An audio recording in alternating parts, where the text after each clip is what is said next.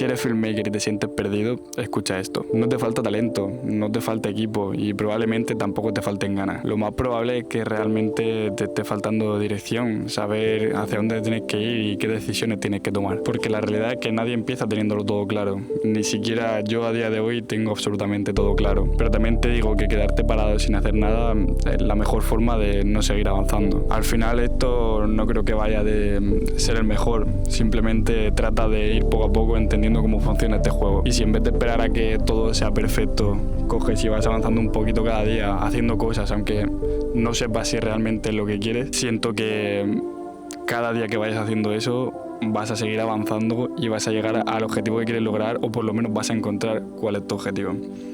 Así que sigue haciendo cosas, no le bajes, confía en el proceso y entiende que esto es una montaña rusa y habrá días mejores y días peores, pero simplemente sigue avanzando, que llegará a tu objetivo.